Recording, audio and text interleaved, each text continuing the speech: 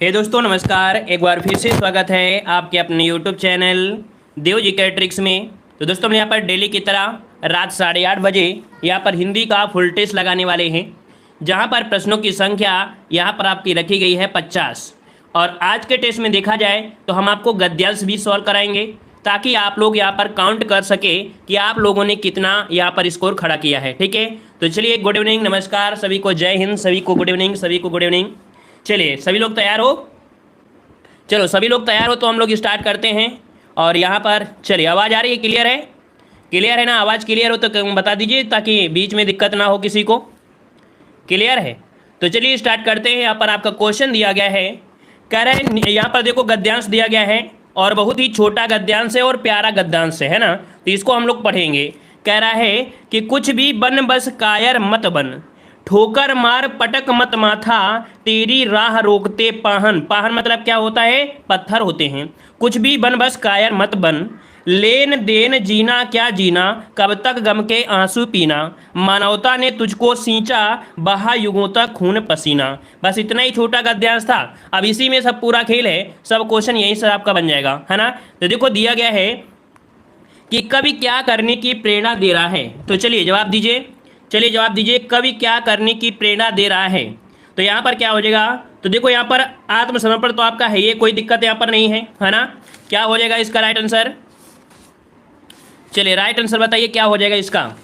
तो देखो यहाँ पर आपका जवाब आ गया है, ऑप्शन यहाँ पर 1 आ रहा है। देखो काफी लोगों को जवाब नहीं आ रहा है, क्या बात है, आप लोग तैयार नहीं हो?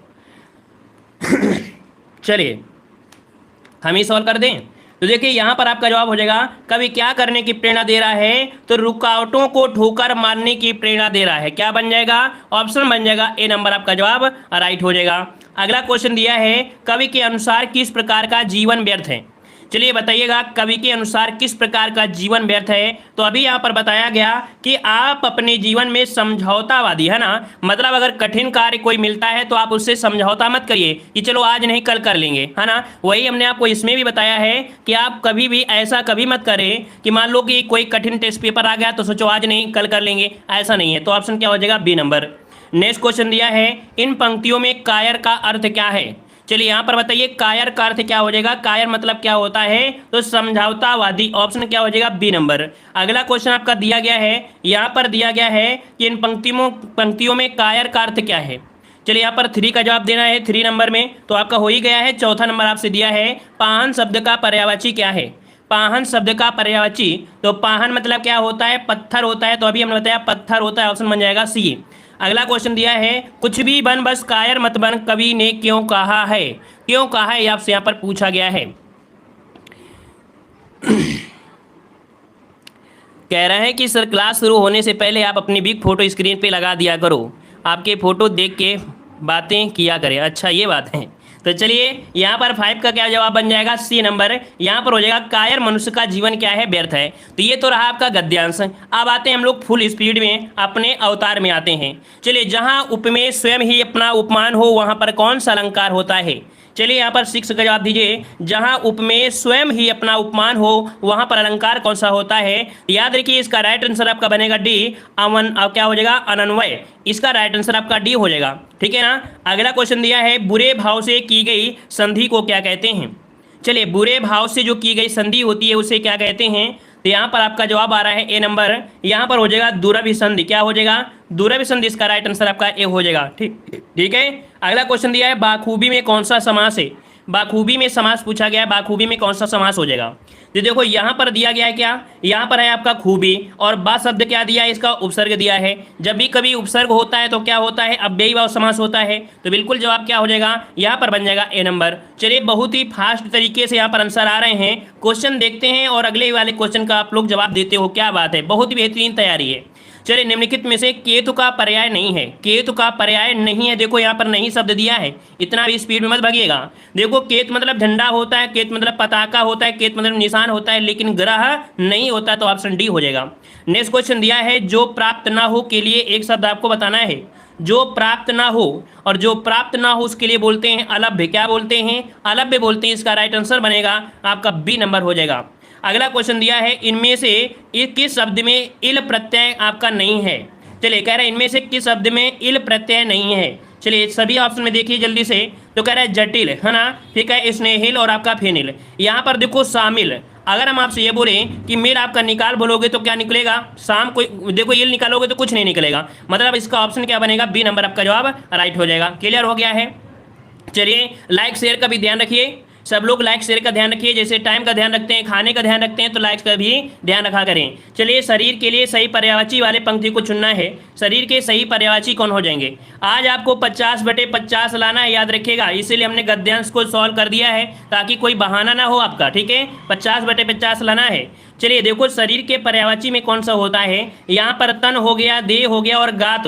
गात भी पर्यायवाची किसका होता है, यहाँ पर आपका जवाब हो जाएगा ए नंबर शरीर का होता है। अब यहाँ पर देखो सी वाले में देखिए, तो यहाँ पर देखो दिया गया तना, तो तना तो होता नहीं है, मतलब ये आपका गलत दिया गया था। क्लियर है। चलिए अगला क्वेश्चन दिया गया है, कह रहा है दुबई। दुबई कितना सुंदर देश है, रेखांकित पद आपको बताना है। यहाँ पर देखो सुंदर शब्द पूछा है, सुंदर है क्या।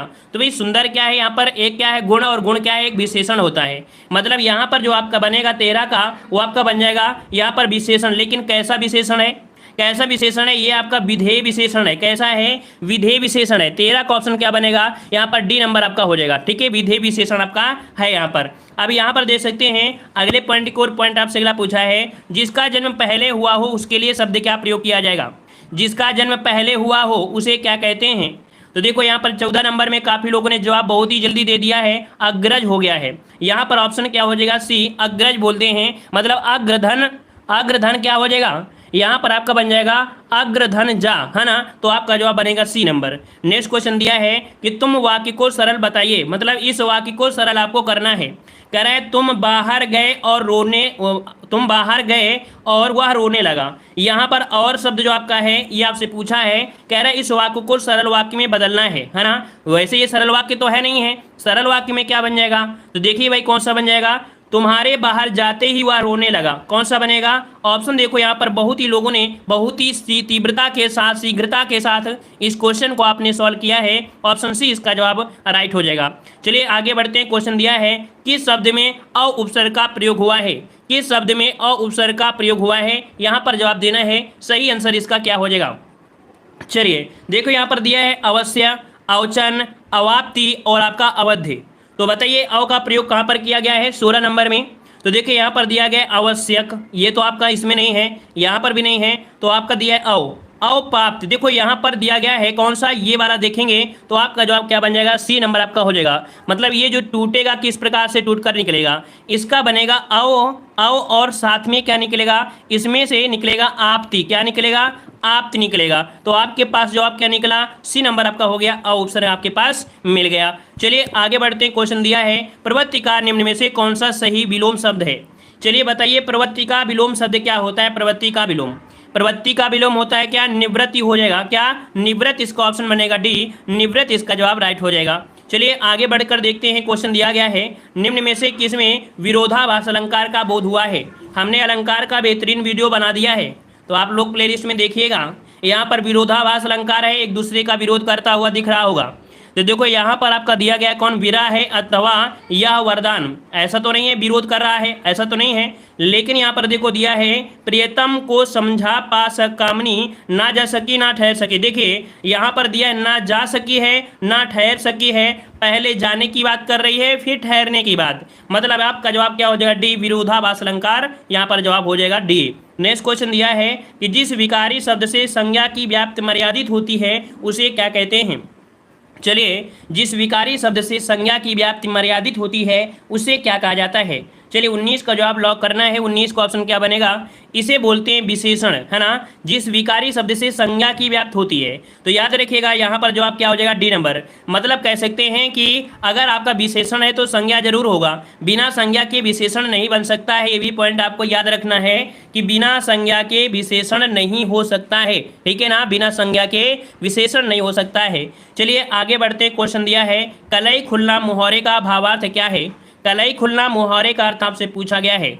चलिए 20 का जवाब देना है, और 20 का जवाब यहाँ पर काफ़ी लोग दे रहे हैं। चलिए 20 का जवाब यहाँ पर काफ़ी लोग जवाब दे रहे हैं। कौन सा, चलिए लॉक कर दें ऑप्शन सी। कह रहे हैं कि रहस्य प्रकट हो जाना, ऑप्शन आपका बन जाएगा सी नंबर। अगला क्वेश्चन आपसे दिया है कि लौकिक जगत की माया में सभी फंसे हुए हैं। बिल्कुल सही जवाब है, लौकिक जगत की माया में सभी फंसे हुए हैं, है ना। तो यहाँ पर पूछा है सटीक विलोम किसका, लौकिक का विलोम पूछा गया है। लौकिक का विलोम क्या हो जाएगा, तो लौकिक का विलोम क्या हो जाएगा, यहाँ पर अलौकिक बनेगा। तो आपका जवाब क्या बन जाएगा, यहाँ पर ए नंबर आपका राइट हो जाएगा। क्लियर हो गया है। चलिए आगे बढ़कर देखते हैं अगली दुनिया क्या है कि किस शब्द में उपसर्ग और प्रत्यय दोनों का प्रयोग हुआ है। बताइए यहाँ पर उपसर्ग और प्रत्यय का जो प्रयोग हुआ है वो आपके कहाँ पर हुआ है, कौन सा ऐसा शब्द आपका है 22 नंबर में। तो देखो यहाँ पर दिया है व्यंजित दिया है, शामिल और गहन दिया और व्यथित भी दिया गया है। अब यहाँ पर 22 वाले में अगर आप देख पा रहे हैं कि इसे तोड़ेंगे तो आपका बनेगा क्या, इसका ऑप्शन बनेगा बी नंबर व्यथित। इसमें से आपका उपसर्ग भी है और आपका क्या है, तो आपका प्रत्यय भी है। अब कैसे भी है ये भी तो आपको होना चाहिए। तो देखो यहाँ पर हो जाएगा क्या, वी हो जाएगा क्या, इसे तोड़ेंगे तो बनेगा वी, और साथ में क्या निकलेगा, इसमें निकलेगा अथ, क्या निकलेगा, अथ निकलेगा, ठीक है। और साथ में निकलेगा क्या, तो इत के साथ आपका इत निकलेगा, इत निकलेगा। मतलब आपका उपसर्ग निकला है और आपका प्रत्यय निकला है। इसका मूल शब्द जो निकला है वो आपका अथ निकला है। तो आपका जवाब क्या हो जाएगा, बी नंबर। अगला क्वेश्चन दिया है न्यून का संधिविच्छेद बताना है, और काफ़ी यहाँ पर बब्बर से लोग जुड़े हैं जिन लोगों ने क्वेश्चन को देखा है और जवाब यहाँ पर दे चुके हैं। तो यहाँ पर देखो न्यून में जो आपकी संधि है कौन सी है, यहाँ पर 23 का ऑप्शन बन जाएगा आपका। यहाँ पर ए नंबर यण संधि है, क्या यण संधि आपका जवाब राइट हो जाएगा, ठीक है। न्यून आपका जवाब हो जाएगा नी धन ऊन, ठीक है। क्या बनेगा, ये बनेगा नी धन सब क्या बनेगा, ऊन बनेगा, नी धन ऊन जो कि होता है आपकी यण संधि में। वैसे भी या और रालावा के साथ आधा शब्द मिले तो आपका यण संधि आपका जवाब हो जाएगा, ठीक है। चलिए आगे बढ़ते हैं। क्वेश्चन दिया है निम्न में से कौन सा शब्द वर्तनी के आधार पर सही दिया गया है। चलिए यहाँ पर जवाब देना है वर्तनी के आधार पर सही कौन सा हो जाएगा। चलिए 24 नंबर में ऑप्शन आ रहा है यहाँ पर आपका भी तात्कालिक। देखिए इसका ऑप्शन बनेगा तात्कालिक, क्या होता है तात्कालिक। इस प्रकार से आपका राइट आंसर बन जाएगा। चलिए आगे बढ़कर देखते हैं। क्वेश्चन दिया है 9 दिन चले अढ़ाई कोस लोकोक्ति का भावार्थ आपको बताना है। 9 दिन चले अढ़ाई कोस आपको बताना है, सही क्या हो जाएगा। चलिए ज़्यादा अच्छा होगा कि आप पढ़ाई पर ध्यान दें, आगे बढ़ना और फास्ट चक्कर में पढ़ेंगे तो दिक्कत ही दिक्कत आपका हो जाएगा, है ना। चलिए यहाँ पर जवाब दीजिए 25 का जवाब सही क्या हो जाएगा।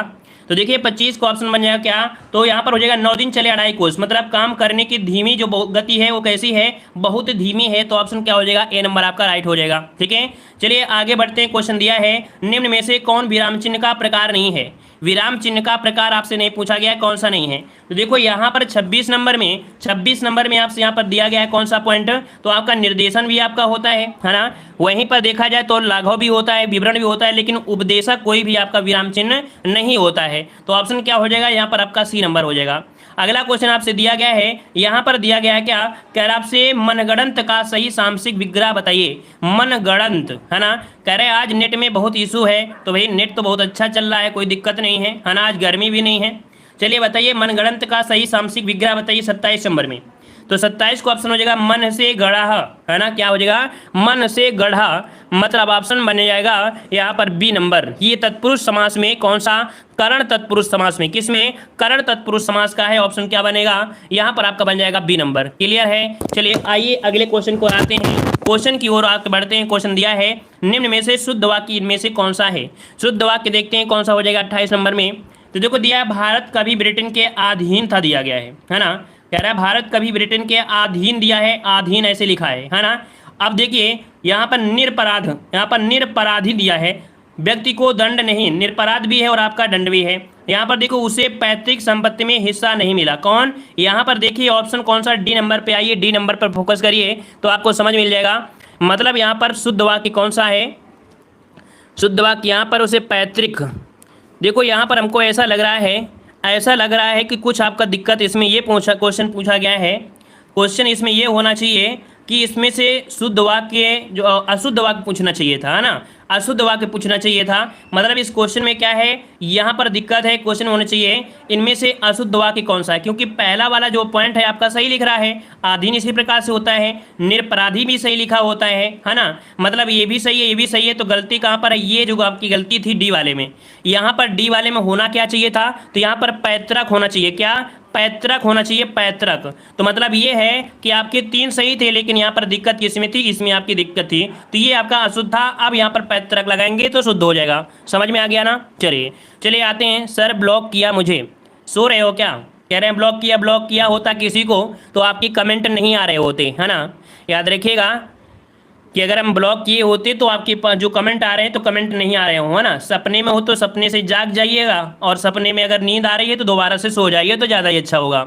चलिए बताइएगा कि इस वाक्य में क्रिया की संभावनार्थक प्रवृत्ति का प्रयोग हुआ है। कह रहा है यहाँ पर आपकी संभावनार्थ वृत्ति, है ना। तो देखिए यहाँ पर आपका 29 नंबर दिया है, तो लगता है, क्या है, लगता है, मतलब आपका जवाब इसी से है। यहाँ पर संभावनार्थ दिया है, लगता है इस बार अच्छी बरसात होगी। यहाँ पर आपका जवाब ए नंबर ये आपका दिया है।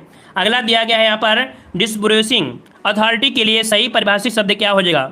डिसबर्सिंग अथॉरिटीज के लिए सही शब्द क्या होता है इस 30 नंबर में, तो इसका होता है जो संवितरण अधिकारी होता है। क्या संवितरण जो आपका होता है उससे प्राधिकारी को कहते हैं। इसका ऑप्शन बनेगा बी नंबर आपका जवाब राइट हो जाएगा। ठीक है, चलिए आगे बढ़ते हैं। क्वेश्चन दिया गया है भाषा की सबसे छोटी इकाई इनमें से कौन सी है। भाषा की सबसे छोटी इकाई इनमें से कौन सी है। चलिए 31 का जवाब क्या है, 31 का जवाब हो जाएगा डी। यहाँ पर वर्ण होता है, क्या वर्ण आपका जवाब यहाँ पर सही हो जाएगा। 28 में किसी को डाउट है तो यहाँ पर एक बार फिर से देखिएगा, क्योंकि उसमें जो डाउट है तो दो प्रकार के डाउट निकल रहे थे। ठीक है, तो एक बार आप लोग क्वेश्चन आप दे सकते हैं। ठीक है, चलिए आते हैं अगले क्वेश्चन को। और क्वेश्चन आपसे अगला पूछा गया है, चलिए अगला क्वेश्चन दिया है पृथ्वीराज रासो महाकाव्य के रचयिता कौन है। पृथ्वीराज रासो महाकाव्य के रचयिता कौन है, यहाँ पर जवाब देना है। 32 नंबर में काफी लोग जवाब दे रहे हैं चंद्रबरदाई, तो हम लॉक कर देते हैं। ऑप्शन क्या हो जाएगा, बी नंबर आपका जवाब यहाँ पर राइट हो जाएगा। अगला क्वेश्चन दिया है मधुशाला के रचयिता कौन है, तो बच्चे को पता होगा मधुशाला मधुबाला, है ना, ये सब किसी के हैं। तो यहाँ पर आपका जवाब हो जाएगा 33 का बी हरिवंश राय बच्चन। इसका राइट आंसर आपका बी सही हो जाएगा, बच्चन जी हैं। अगला क्वेश्चन दिया है वाक्य के त्रुटि भाग का चयन करना है ना, और त्रुटि नहीं मिले तो आपको डी को लॉक कर देना है। 34 नंबर में देखिए क्या गलती है क्या नहीं।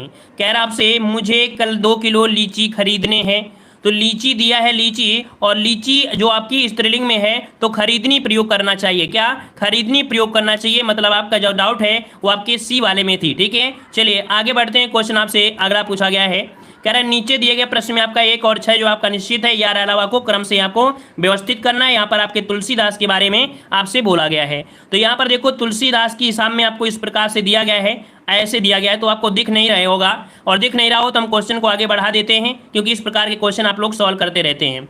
चलिए 36 नंबर जवाब दीजिएगा।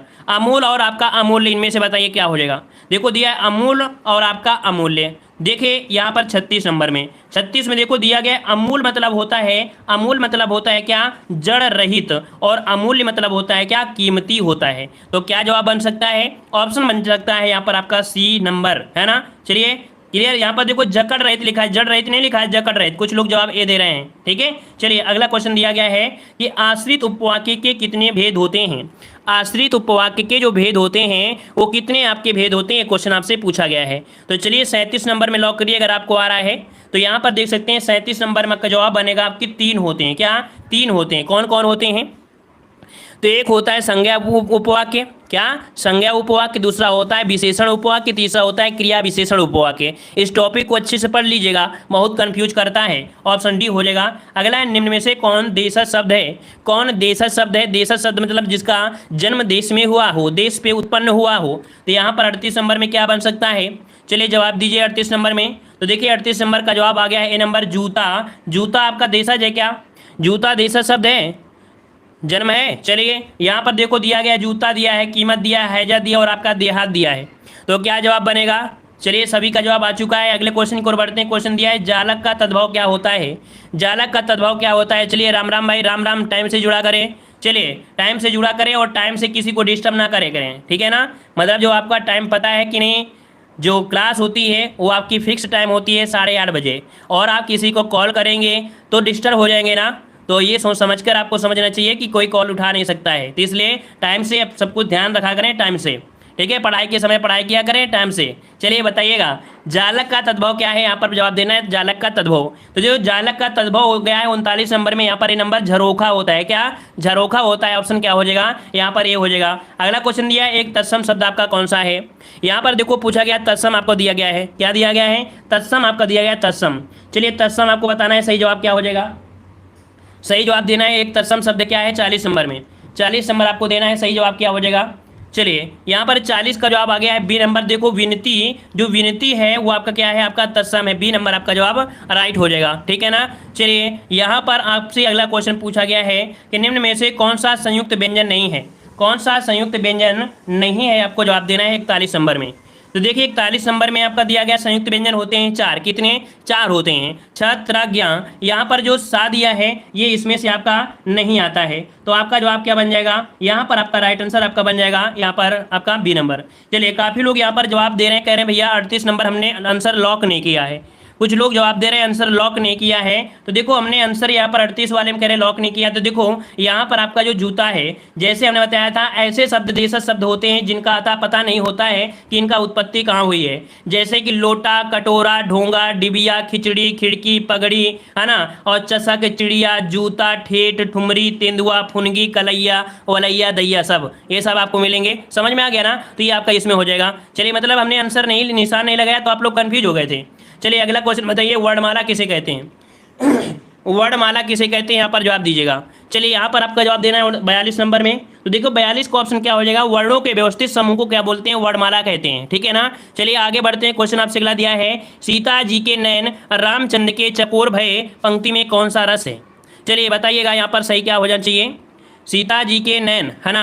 यहाँ पर काफ़ी लोग यहाँ पर दिमाग ये लगाए थे कि देहात होना चाहिए, है ना, कह रहे हैं देहात होना चाहिए, लेकिन क्वेश्चन पूछा था कि कौन सा देशज शब्द है ना। तो उसमें तो एक बार और देखिए क्वेश्चन में डालिएगा सर्च करके देहात कैसा शब्द है, तो आपको समझ में आ जाएगा, ठीक है। चलिए बताइएगा 43 नंबर में, 43 नंबर में कुछ लोग जवाब दे रहे हैं, यहाँ पर आपका जवाब हो जाएगा डी नंबर, ये श्रृंगार रस है। क्या, यहाँ पर आपका श्रृंगार रस हो जाएगा, क्योंकि सीता जी के नयन आपके राम जी से मिल गए हैं, तो यहाँ पर क्या होगा, यहाँ पर श्रृंगार रस हो जाएगा, ठीक है। यहाँ पर हंसने की कोई बात नहीं है, सभी लोग जानते हैं, है ना, कि ये प्यार अंधा होता है, कहीं भी किसी को भी किसी भी समय, है ना, मिल सकता है, तो इसलिए यहाँ पर जवाब क्या हो जाएगा, जो भी था वो आंसर हो गया है। चलिए 44 नंबर जवाब देना है, बच्चे बूढ़े किस शब्द युग्म के अंतर्गत आते हैं? यहाँ पर दिया है बच्चे, यहाँ पर दिया है बूढ़े। अब ये बताइएगा ये किस में हम बोलेंगे 44 नंबर में? तो देखो यहाँ पर देखो बच्चे भी बूढ़ा हो गया, मतलब एक दूसरे क्या है, विलोम शब्द युग्म में। ऑप्शन क्या बनेगा, यहाँ पर आपका बन जाएगा बी नंबर, ठीक है, बी नंबर जवाब हो गया। अगला बताइए, मैं अपने आप वस्त्र साफ कर लेता हूँ, मतलब यहाँ पर थोड़ा सा भी आंसर दिख जाए, थोड़ा सा भी आंसर दिख जाए तो तुरंत आप लोग जवाब दे देते हैं। मैं अपने आप, और अपने आप क्या हो जाएगा, निजवाचक, इसका जवाब बन जाएगा सी। अगला क्वेश्चन दिया है, किस वाक्य में कर्मवाच्य नहीं है, किस वाक्य में कर्मवाच्य नहीं है पूछा गया है। तो चलिए 46 बारे में देखते हैं। तो देखो दिया गया है, उससे खाना नहीं खाया गया, मतलब यहाँ पर है छात्र द्वारा, द्वारा है तो इसका मतलब ये तो कर्मवाच्य होगा ही, यहाँ पर द्वारा है मतलब ये भी होगा, लेकिन ऑप्शन जो दिया है बी नंबर, बालक खिलखिलाकर हंस रहा था, यहाँ पर भैया कर्मवाच्य नहीं है। क्लियर है ना, इतना पॉइंट क्लियर हो गया। चलिए आते हैं अगले क्वेश्चन को, और क्वेश्चन आपसे अगला पूछा गया है कि किस वाक्य में अकर्मक क्रिया नहीं है। अब अकर्मक क्रिया आपसे पूछा गया है 47 नंबर में, तो देख लेते हैं 47 नंबर में। देखो दिया बच्चा गहरी नींद में सो रहा है, ठीक है। फिर दिया गया मजदूर छाया में सुस्ता रहा है, तो सुस्ता ये भी अकर्मक है, ये भी अकर्मक है ना। फिर कह रहा है बालक पतंग उड़ा रहे हैं, तो क्या उड़ा रहे हैं, पतंग, मतलब ये कह सकते हैं ये कर्मवाच्य है, मतलब यहाँ पर कह सकते हैं ऑप्शन सी हो जाएगा, ये अकर्मक क्रिया नहीं है ना, क्योंकि जोर जोर से हंसना ये भी अकर्मक क्रिया है, सुस्ताना अकर्मक क्रिया है, सोना भी अकर्मक क्रिया है। तो आपका जवाब क्या बन जाएगा, यहाँ पर बन जाएगा सी नंबर। यहाँ पर बताइए अगले क्वेश्चन को, क्वेश्चन नंबर आपका 48 नंबर, कह रहा आपसे वीर रस के भेदों में कौन सा शामिल नहीं है, जवाब दीजिएगा। अभी कह रहे हैं 47 नंबर समझ में नहीं आया है, चलिए पागलपंती छा गई आ जाए, चलिए बहुत अच्छी बात है पागलपंती। तो देखिए यहाँ पर वीर रस के भेदों में कौन सा शामिल नहीं है, तो देखिए 48 नंबर में क्या है, वीर रस आपका दिया है, धर्मवीर भी दिया है, दानवीर, लेकिन कर्मवीर जो आपका है ये वीर रस के भेदों में शामिल नहीं होता है, ठीक है। अगला क्वेश्चन दिया गया है, क्या कह रहा है, ऐसा पद जो क्रिया या संज्ञा की विशेषता ना बताकर एक वाक्य या पद का संबंध दूसरे वाक्य या पद से जोड़ता है तो क्या कहलाता है। देखिए 49 नंबर में यह क्या हो जाएगा, जब जोड़ने की बात कर रहा है कि एक का क्या रहा है संबंध दूसरे वाक्य से या पद से जोड़ता है, तो क्या हो जाएगा, समुच्चय बोधक बनेगा, ना कि ऑप्शन ए बनेगा। ऑप्शन क्या बनेगा, सी नंबर। और अगला क्वेश्चन दिया है, किस छंद में 6 चरण होते हैं, किस छंद में 6 चरण होते हैं, 50 नंबर में जवाब दीजिएगा। तो यहाँ पर 50 नंबर का जवाब क्या बनेगा, चलिए बरवय है, चौपाई है, सोरठा है और आपका छप्पय दिया गया है, तो जवाब क्या बन जाएगा, यहाँ पर बन जाएगा ऑप्शन डी, छप्पय आपका जवाब राइट हो जाएगा, ठीक है ना। चलिए ठीक है, आज की क्लास में इतने रखते हैं, ठीक है। चलिए। धन्यवाद। जय हिंद, वंदे मातरम।